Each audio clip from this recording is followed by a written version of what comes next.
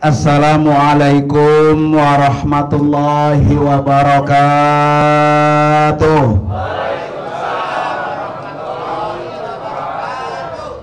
Bismillahirrahmanirrahim. Hadratil mukarramin wal mukarramat, para bapak dan ibu, jamaah majelis walimatus safar yang dimuliakan oleh Allah Subhanahu wa ta'ala. Wabil khusus yang sama-sama sangat kita muliakan sahibul bait, tamu Allah dan tamu Rasulullah, yaitu Bapak Budi Santoso dan Ibu Sri Wahyuni, yang insya Allah hari Ahad besok tanggal 2 Oktober beliau akan berangkat untuk memenuhi undangan Allah. Kita doakan biar Pak Budi dan Ibu Sri Allah berikan panjang umur, Allah berikan kesehatan, perjalanannya lancar, pulang pergi selamat, dan tentunya yang paling penting pulang bawa umroh mabrurah. Amin ya rabbal alamin. Malam hari ini alhamdulillah kita sama-sama mengiringi doa keberangkatan Bapak Budi dan Ibu Sri ke Makkah dan ke Madinah, dan kita nitip doa insya Allah kita semua juga akan menyusul. Para bapak dan ibu, hadirin dan hadirat sekalian, setiap orang ibadah, baik ibadah sehari-hari di rumah ya, ibadah puasa, ibadah berinfak sedekah, termasuk ibadah haji dan ibadah umroh, yang dicari adalah ibadah yang mabrur. Ya Pak ya. Jadi mabrur itu bukan hanya untuk haji dan umroh saja. Walaupun memang kata mabrur itu dikhususkan untuk orang-orang yang berangkat haji dan berangkat umroh Pak ya. Mabrur itu bisa untuk ibadah-ibadah yang lain. Salat yang mabrur, puasa yang mabrur, termasuk jual beli yang mabrur ya, bai'in mabrur gitu kata Nabi.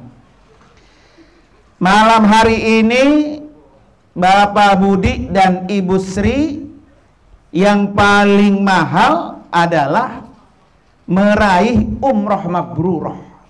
Itu yang paling mahal.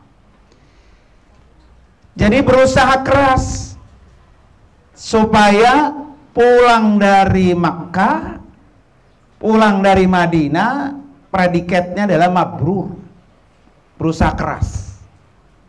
Makanya al-maghfurlah pakai Haji Nur Ali, beliau bilang apa Pak? Kalau lu pengen mabrur ya, begitu bahasa beliau ya. Kalau lu pengen mabrur, pergi ke Mekah, nggak pulang lagi Pak Budi, mati di sono. Begitu katanya Pak. Ya. Mau Pak Budi? Ya, senyum doang Pak ya. Kalau pengen apa tuh? Mabrur. Kenapa pakai Nur Ali sampai bilang begitu Pak? Karena kalau udah mati di sono Pak, kependem semua udah. Dosanya habis, kehapus. Ya. Kemudian apa? Pulang, emang udah nggak pulang, udah nggak bikin dosa. Ini kadang-kadang Pak ya, belum sampai rumah, baru di pesawat udah bikin apa? Dosa. Begitu ya, baru di pesawat udah apa? Bikin dosa. Makanya malam hari ini saya pesen banget sama Pak Budi, Ibu Sri, dan jamaah yang lain yang berangkat ya, berusaha maksimal, berusaha keras biar dapat mabrur ya. Ciri-ciri ibadah mabrur itu adalah yang pertama, ifsya'us salam ya, ifsya'us salam. Apa tuh Pak ifsya'us salam? selalu menyebarkan kedamaian. Jangan jadi provokator. Ya. Besok di Mekah, di Madinah, Pak Budi, Ibu Sri, jangan jadi provokator. Ya, kalau orang ibadah jadi provokator, maka belum masuk ciri-ciri apa tuh? Mabrur. Ya, provokator apa aja, Pak? Apalagi provokator tuang jelek-jelekin orang, Pak ya. Menghasut orang, ya. Ini na'udzubillah. Bisa juga, Pak, pulang dari sana waktu belum berangkat, emang tipikalnya ini orang provokator, tukang ngasut orang, ya, tukang bikin orang resah begitu Pak ya. Dia berangkat ibadah, pulang berubah. Itu namanya ibadahnya tuh mabrur, ya, ibadahnya mabrur. Maka kata Nabi, ifsya'us salam, selalu menciptakan kedamaian. Ya. Pokoknya kalau kemana-mana jalan sama Pak Budi, sama Ibu Sri, damai dah. Enak begitu Pak ya. Jangan sampai Pak, ini satu RT, satu RW, lagi kumpul begini, nongol Pak Budi. Kata jamaah yang lain, ya ada dia, yang kerok datang tuh ya. Begitu Pak ya. Nah ini jangan sampai begitu tuh. Ya, jangan sampai kita dianggap apa orang apa? Yang kerok. Gara-gara dia datang, bubar dah acara kita dah. Begitu Pak ya. Nah, pergi dah mendingan gara-gara di sini, begitu. Jadi supaya ibadah kita mabrur, sifat provokator, sifat provokasi, sifat menghasut orang, Pak ya, mengadu domba orang, itu buang jauh-jauh. Biar ibadah kita apa tuh? Mabrur. Termasuk ibadah yang lain saya bilang tadi. Jadi bukan ibadah umroh haji doang, bukan. Ya. Sholat yang mabrur, berarti sholatnya itu berpengaruh Pak sama kepribadiannya. Sholatnya marajin Pak ya, ibadahnya marajin, sholatnya sering berjamaah, tapi tetap baik mulutnya, sering adu domba orang Pak ya. Nah ini namanya ibadah sholat belum apa? Belum mabrur, belum Pak ya. Makanya mabrur itu bukan hanya untuk ibadah umroh dan ibadah haji. Makanya kata Nabi, laisa lahu jazaun illal jannah. Al mabrur laisa lahu jazaun. Jadi balasannya Pak Budi, Ibu Sri kalau dapat mabrur hanya surga. Hanya surga balasannya. Jadi kalau kita pengen masuk surga, kita berusaha keras ibadah yang kita lakukan biar mabrur. Ya, biar mabrur. Itu pesan yang pertama Pak Budi ya. Jadi buang tuh provokator, provokasi orang, hasut, dengki Pak ya. Itu penyakit hati emang. Susah Pak. Niat orang begini kesel. Ya, niat orang lebih sukses, gedeg, benci begitu Pak ya. Itu namanya penyakit apa? Penyakit hati. Makanya Allah kasih itu satu doa. Ya, Pak Budi, Ibu Sri, biar tidak punya penyakit hati Pak ya, Allah kasih satu doa dalam Al-Quran itu, wala taj'al fi qulubina ghillal lilladzina amanu innaka raufur rahim, gitu Pak. Itu doanya dari Allah tuh. Ya Allah, jangan engkau jadikan dalam hati kami ghillah, ada penyakit dengki, ada penyakit hasud, ada penyakit hati Pak. Karena kalau di hatinya geremet, Pak, geremet. Kenapa geremet, Pak ya? Sama orang tuh gedeg begitu ya. Nggak suka ngeliat orang begitu, Pak ya. Itu namanya penyakit apa tuh? Hati. Makanya sering-sering baca doa ini nih. Wala taj'al fi qulubina ghilla lilladzina amanu innaka raufur rahim. Pak ya. Jauhkan di Allah hati kami punya penyakit apa? Ghil. Niat Pak Budi sama Ibu Sri umroh, ada orang yang gedeg baik, head umroh itu dia kagak mau gagal itu umrohnya begitu Maya. Jadi ada yang penyakit dengki begitu. Karena orang dapat nikmat, Pak Budi, Ibu Sri dapat nikmat, dapat undangan Allah, ada tetangga yang kagak suka Pak. Ada orang yang gedeg begitu ya, benci Pak ya. Berarti orang itu punya penyakit apa tuh? Hati Pak ya. Makanya suruh obatin. Obatnya tadi salah satu doa. dari Allah, wala taj'al fi qulubina ghillal lil ladina amanu innaka raufur rahim. Boleh tuh Pak dipakai setiap habis sholat baca tuh. Ya. Surah Al-Hasyr ayat 10. Pesan yang kedua, Pak Budi dan Ibu Sri ya. Ya. Rizkun halal. Jadi pengen dapat mabrur, maka semua perangkat yang dibawa untuk ibadah itu harus halal. Kalau ada satu butir kurma, satu buah jeruk ya yang kita makan nih, ada yang tidak halal, justru itu Pak yang menghalangi ibadah kita tidak mabrur.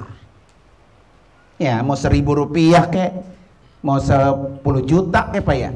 Ibarat ini air 1 bak air putih bersih Pak, kita tetesin 1 tetes kencing begitu Pak, kan jadi semuanya apa tuh? Semuanya najis Pak ya, semuanya rusak.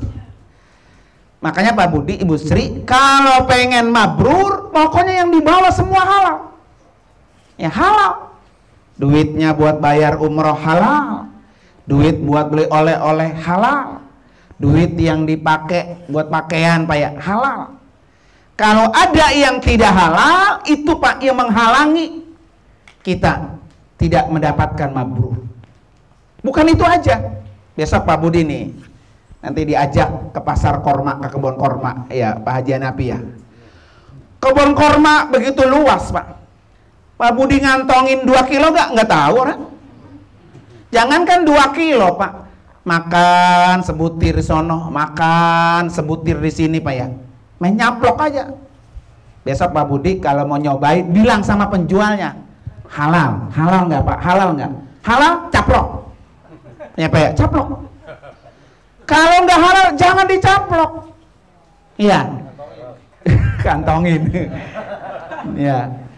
Jadi gara-gara 1 butir kurma yang kita makan Pak, itu menyebabkan ibadah kita ditolak oleh Allah. Yang lain udah bersih Pak. Uang jajan udah bersih, ongkos biayanya udah bersih, buat oleh-oleh udah bersih, nyampe sono.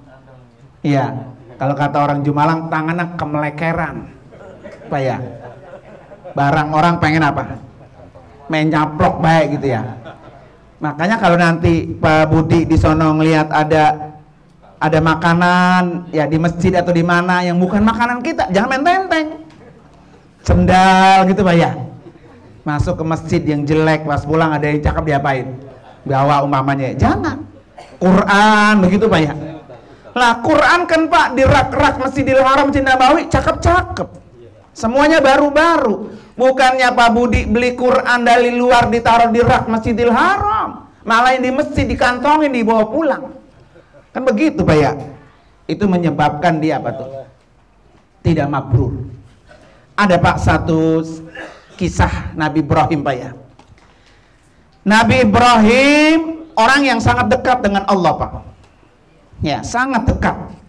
Sehingga doanya itu diijabah. Salah satu doa Nabi Ibrahim diijabah itu apa? Pengen punya anak. Ya, salah satunya Pak. Pengen punya anak. Pengen banget Nabi Ibrahim punya anak. Udah tua, udah kisut, udah beuban, belum punya apa? Belum punya anak.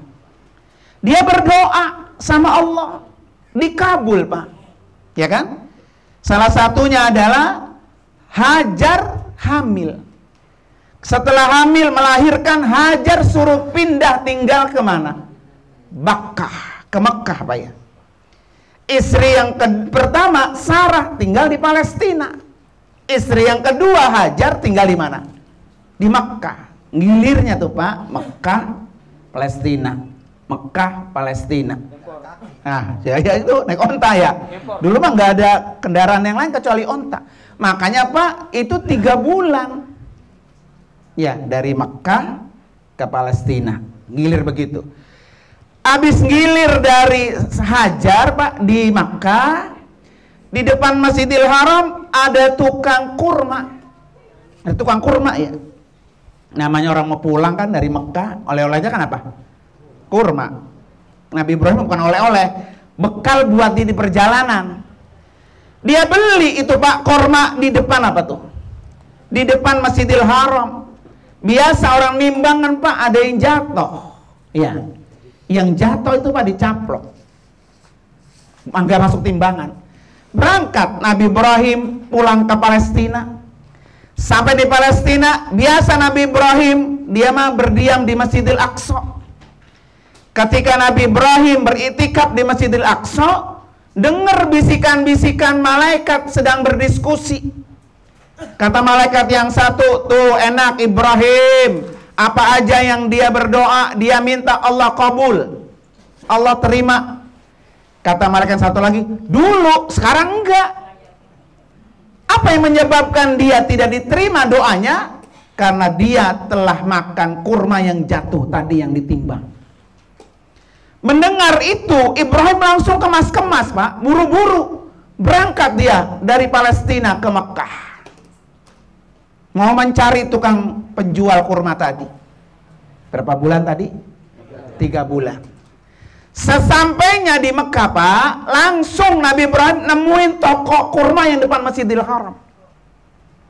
Kata Nabi Ibrahim, lah yang jaga dulu aki-aki waktu dia beli ya. Sekarang yang jaga anak muda, ya kan? Wahai anak muda, mana orang tua yang jual kurma di sini? Oh itu ayah saya, ya kan? Terus sekarang kemana? 1 bulan yang lalu sudah dipanggil oleh Allah. Ada apa emang? Saya datang ke sini mau minta maaf, mau minta ridho, mau minta restu. Karena saya pernah makan 1 kurma yang tidak halal jatuh dari timbangan. Ya kan? Dengan sebab itu ibadah saya ditolak oleh Allah. Kata anak muda, buat saya pribadi bisa maafin sampean, tapi saya punya 11 saudara. Saya kagak bisa mewakili 10 saudara saya yang lain. Jadi kalau Anda pengen dapat restu, minta ridho tentang kurma itu, datangin 10 saudara saya yang lain. Didatangin Pak satu-satu sama Ibrahim. Begitu sulitnya Pak ya orang untuk meraih ibadahnya mabrur, diterima oleh Allah. Makanya besok Pak Budi, Ibu Sri, jangan ada yang tidak halal dikonsumsi. Nah karena kadang-kadang begini Pak ya, kenapa sih doa kita rasanya lambat banget, kita sering berdoa Pak ya, belum juga Allah kabul. Kita introspeksi, mungkin Pak ya, di dalam perut kita ada makanan yang tidak halal. Itu yang menyebabkan doa itu ditahan, berhijab dari perbuatan-perbuatan makanan yang tidak apa tuh? Halal. Jangankan Pak yang tidak halal Pak ya, yang gosop, kenal gosop Pak? Ngambil barang orang tapi dibalikin, itu namanya gosop. Bapak nih dari masjid ya, sebentaran mau ke rumah, tapi pakai sendal orang tuh nggak bilang lagi tuh. Tapi ntar bapak balikin lagi, cuma bentaran doang tuh ke rumah. Itu namanya apa tuh? Gosok. Ngambil barang orang, tapi bukan mencuri, membalikan lagi. Kalau ada barang Pak, sesuatu nih sorban, peci, sendal yang gosok kita pakai untuk ibadah, ini belum tentu ibadahnya diterima oleh Allah. Yang gosok itu Pak. Apalagi yang apa? Yang halal, yang haram Pak ya. Yang haram itu udah pasti ditolak. Yang gosok aja Pak, itu sudah tidak bisa ibadah kita diterima oleh Allah Subhanahu wa taala. Makanya besok ya betul-betul perhatiin betul Pak Budi, Ibu Sri, kan kita umrah tujuannya Pak ya, ingin menghapus dosa. Bagaimana dia umrah mau berfungsi menghapus dosa kalau ternyata ibadah kita tidak diapain? Tidak diterima oleh Allah Subhanahu wa taala. Ya, jadi yang kedua adalah bahwa rezeki yang apa? Halal. Ketika kita pengen apa? Mabrur, Pak ya. Kemudian yang ketiga, ya, supaya pengen mabrur, it'amut ta'am. Pak Budi, Ibu Sri, jangan pelit-pelit. Ya, berikan apa yang kita punya, Pak ya. Kayak malam hari ini it'amut ta'am namanya. Ngasih makan, ngasih besek, ngasih kue-kue, itu it'amut ta'am. Jangan dihitung itu. Ya, jangan dihitung itu. Salah satu kenapa ini kita berikan malam ini Pak, ada makanan, ada konsumsinya Pak ya, dalam rangka mengiringi kita supaya kita mendapatkan mabrur. Ya, di sana juga begitu besok Pak Budi. Ya, bagi rezeki buat orang-orang yang di sana. Tukang minta-minta, orang-orang susah. Makanya pesannya guru saya itu Pak, Al-Mukarramah Ustazah Haji Atiqah Nur Ali Pak ya, putrinya Kiai Nur Ali. Beliau itu kalau haji, kalau umroh, nemplok di mana? Beli sesuatu. Nyampe ke Jeddah belanja walaupun sedikit. Nyampe ke Arafah belanja walaupun sedikit. Nyampe ke Hudaybiyah belanja walaupun sedikit. Pokoknya setiap tempat. Kata beliau apa? Bagi rezeki. Dengan datangnya kita ke tempat itu bagi rezeki. Walaupun yang dibeli tasbih 10 biji, begitu Pak ya. Atau umpamanya roti atau minuman begitu, bagi rezeki. Ya kan? Nanti Pak Budi pun begitu tuh. Bagi rezeki sama orang-orangnya apa? Baik di sana maupun di sini. Makanya kenapa Pak kalau orang pulang haji, pulang umroh itu ada oleh-olehnya. Dalam rangka supaya kita mendapatkan mabrur. It'amut ta'am, memberikan makanan. Ada kan orang Pak ya umroh ya, haji, diratibin kagak, didoain kagak, dilepas kagak, tahu-taunya udah berangkat. Ngirim apa informasinya di grup, Bapak Ibu mohon maaf ya RT 02 saya udah di Mekah. Begitu Bu ya, ada begitu Bu ya? Ada. Pulang juga nggak bilang-bilang. Orang udah pulang apa belum ya? Gitu kan? Sekalinya pulang Pak, rumahnya rapet, baik. Lah kita bingung mau ngeliat ya. Ya kan? Itu kan namanya kagak pengen mabrur Pak ya. Makanya besok Pak Budi Busri ya, nih yang deket-deket nih, tetangga ingetin walaupun cuma tasbih doang Pak satu Pak ya. Ya tasbih doang. Bapak-bapak, ibu-ibu jangan lihat tasbihnya, tapi betapa perhatiannya kita tuh memberikan orang lain. Yang kadang-kadang orang yang jauh Pak perlu, kiraan tetangga mak kagak diopenin, kagak perlu. Entah kalau rumahnya ngapa-ngapa, kebakaran, sakit, yang dipanggil siapa? Tetangga Pak ya. Maka tetangga itu paling pertama diutamakan Pak ya. Kayak malam hari ini kan, ini yang diundang kan tetangga. Kita didoain berangkat supaya lancar, supaya selamat ya. Pulang juga nanti kita berikan sesuatu, walaupun hanya berupa apa tuh? Tasbih, korma, air zam-zam Pak ya. Jangan juga Pak orang udah ngasih korma ada zam-zamnya, ya jauh-jauh lo beli segini doang gue juga bisa nih Tanah Abang. Begitu Pak ya. Jangan lihat itunya. Ya kan? Ya. Nah, itu tadi keberkahannya, Pak ya. Jadi ciri-ciri orang mendapat mabrur itu it'amut ta'am, sering memberi makan. Nah, kalau Pak Budi belum bisa, Pak, memberi makan orang lain, nanti di hotel ada orang yang lebih tua dari kita, udah, diam-diam aja. Saya ngambilin makannya di apa tuh meja prasmanan. Duduk, diam, duduk. Layani orang. Itu termasuk it'amut ta'am, Pak ya. Ini mama ngiat aki-aki sekamar lah masing-masing. Gue juga bayar, lu juga bayar ya masing-masing begitu Pak ya. Jadi nggak ada saling membantu begitu. Ya, padahal ketika kita membantu, apalagi orang yang sudah tua Pak, ya ada aki-aki, nenek-nenek dibantu ya, itu seneng banget itu Pak, seneng banget. Udah pasti dari mulut nenek-nenek, aki-aki yang kita bantu. Ya Allah Pak Budi, saya doain biar sehat, berkah, biar balik lagi ke sini. Pasti begitu Pak. Ya kan, saking orang itu dibantu banget sama kita. Makanya kalau kata Pak Nur Ali apa? Kalau lu haji pengen sehat Pak ya katanya, di sono pengen sehat, lu sering-sering bantu orang yang sakit. Makanya besok Pak Budi ya, ini mah tenaganya masih kuat, ada yang sakit, udah sini be sama saya ngerawatin. Gitu ya. Berebut. Dan itu pesannya pakai Nur Ali begitu. Kalau lu pengen sehat, sering-sering lu bantu orang sakit. Gitu Pak ya. Makanya kalau dengar ada temen, ada saudara, apa ya, buru-buru. Jangan orang sekamar, ya ilaki tema begitu, orang sakit, orang-orang juga sama capek. Sama-sama tawaf, sama-sama sa'i, ya begitu Pak ya. Justru dia sakit, butuh dia obat dari orang-orang yang sembuh Pak ya. Nah ini ciri-ciri orang apa? Mendapatkan mabrur Pak ya. Para bapak hadirin dan hadirat sekalian, oleh karena itu pesan saya berusaha semaksimal mungkin. Anggap Pak Budi ini keberangkatan pertama dan bisa jadi terakhir. Ya, makanya maksimal ibadahnya, maksimal berbuat baiknya, maksimal juga tutur kata semua yang kita lakukan. Jangan sampai kita rusak ibadah kita. Jauh-jauh, berat-berat, biayanya juga apa tuh? Mahal, maksimalkan. Karena belum tentu Pak, orang bisa berulang kali datang ke sana, belum tentu. Sekalinya datang, maksimalkan untuk terus berusaha beribadah secara maksimal.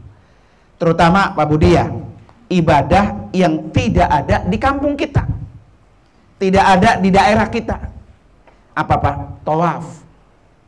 Tawaf kan hanya ada di mana? Di Mekah. Salah satu orang itu tawaf adalah melakukan ibadah umroh. Makanya kata Imam Syafi'i, lebih afdol tawaf umroh daripada tawaf sunnah. Kan ada orang nanti Pak di sono, saya mah umrohnya Pak Ustadz sekali aja, yang lainnya saya isi dengan tawaf sunnah aja. Ada yang begitu Pak. Makanya Imam Syafi'i bilang apa? Lebih afdol, lebih utama tawaf umroh daripada tawaf apa? Sunnah. Kalau tawaf sunnah kan tawaf doang Pak, nggak ada sa'inya. Kalau tawaf umroh pakai ihram, tawaf, sa'i. Dimana kata Nabi, al-umratu ilal umrati kafarah, bahwa dengan melakukan ibadah umrah menghapus dosa. Makanya Pak Budi besok umrah pertama niatin buat dirinya sendiri, nawaitul umrata wa ahramtu biha lillahi ta'ala. Saya niat umrah karena Allah, untuk diri sendiri Pak ya. Umrah yang dilakukan itu Pak udah menghapus dosa. Besok umrah kedua niatin buat siapa? Buat orang yang sudah almarhum. Siapa? Orang tuanya, apa neneknya, apa kakeknya, apa saudaranya, apa anaknya yang udah almarhum diumrahin. Ya Pak ya. Supaya orang yang di alam kubur mendapatkan kiriman pahala umrah dari orang yang hidup. Lusa umrah lagi, lusanya lagi umrah lagi, 4 kali umrah Pak. 1 buat Pak Budi, 3 buat orang yang sudah almarhum. Berarti kan umrah 4 orang tuh Pak. Ya, karena umrah itu menghapus dosa. Jadi semakin sering orang berumrah, dosa yang melakukan umrah dihapus, dosa orang yang diumrahkan di alam kubur juga diapain? Dihapus. Nah itu bismillah ya. Maka ibadah yang hanya ada di Mekah yaitu ibadah tawaf. Maka kalau orang umrah pasti apa? Pasti tawaf, ya kan? Nah, tawaf 7 putaran, sa'i 7 putaran yang hanya ada di Masjidil Haram. Mumpung sedang berada di mana? Di Masjidil Haram. Di Masjidil Haram Pak, di Mekah 4 hari, di Madinah 3 hari, sedikit maksimalkan. Mudah-mudahan insya Allah nanti pulang dari tanah suci meraih umroh mabrurah. Dan yang terpenting lagi Pak Budi ya, ini jamaah semuanya nih, dari ujung sana sampai ujung sana, sampai belakang, doain biar bisa nyabak ke Mekah, biar bisa nyusul Pak ya. Sekarang kita baru bisa ngiringin doa buat Pak Budi. Insya Allah bulan depan, insya Allah bulan depannya lagi ada rezeki, bismillah. Jangan ditunda-tunda Pak, jangan. Ya, pesan Nabi, man aradal hajja falyata'ajjal. Kalau udah kepengen cepetan, begitu kata Nabi. Kalau udah kepengen cepetan, jangan ditunda. Karena dia nggak tahu besok akan terjadi apa buat diri kita. Bisa jadi besok kita mati, bisa jadi besok kita sakit, bisa jadi besok kita bangkrut. Ya Pak ya, ada rezeki, sehat, bismillah, berangkat. Ini kadang Pak, rumah AP3, kendaraan AP4, kira diajak umroh, diajak haji, takut. Ya, ntar gua nunggu kalau udah tua, begitu Pak ya. Padahal dia kalau udah tua nggak enak Pak. Ya, kaki pada sakit, dengkul pada sakit Pak ya. Nggak bisa jalan jauh, nggak bisa ibadah maksimal.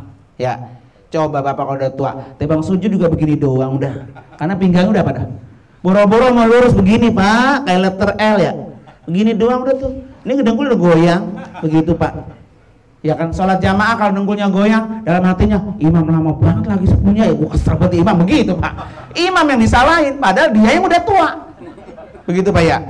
Makanya jangan nunggu tua, masih muda, bismillah. Makanya kalau muda mah Pak kemana juga nyampe ibadah. Apalagi besok nih Pak Haji Hanafi udah request sama saya, Ustadz nanti anterin saya ke Masjid Al-Ijabah, salah satu masjid di mana Nabi berdoa 3 doa di masjid itu. 2 Allah kabul, 1 Allah tolak. Itu di Masjid Al-Ijabah. Dia tidak jauh dengan Masjid Nabawi, 500 meter dari Masjid Nabawi. Jarang orang bisa berkunjung ke masjid itu Pak. Insya Allah Pak Haji Hanafi request, ya Ustaz kata jalan kaki juga nggak apa-apa, kita langsung jalan kaki, ya kan, cuma 500 meter kata Pak ya. Tapi kita berdoa seperti Rasulullah berdoa di masjid itu, ya, biar semua doa-doa kita dikabul, diijabah oleh Allah Subhanahu Wa Taala. Dah tuh Pak, Bismillah ya, niatin, udah punya duit, sehat, rezeki ada, daftar segera, ya Pak ya. Nanti daftar kemana? Bisa ke Pak Budi, bisa ke Pak Haji Hanafi, bisa juga langsung saya, bisa Pak ya. Gampang nyari saya mak, tinggal buka aja di YouTube, nama saya Nur Anwar Amin, beres. Ketemu semua udah, ya kan? Ada YouTube saya Nur Anwar Amin, beres Pak ya. Oleh karena itu mari para bapak hadirin sekalian kita baca suratul Fatihah, kita doain khusus buat Pak Budi dan Ibu Sri beserta rombongan jamaah yang akan berangkat bersama Yayasan Wafiz Al-Amin Center. Kita doain biar lancar semuanya, tidak ada kendala apapun Pak ya. Ala hadiniyah wa kulli niyatin salihah wa ila hadratin Nabi Al-Fatihah. A'udzubillahi minasyaitonir rajim. Bismillahirrahmanirrahim.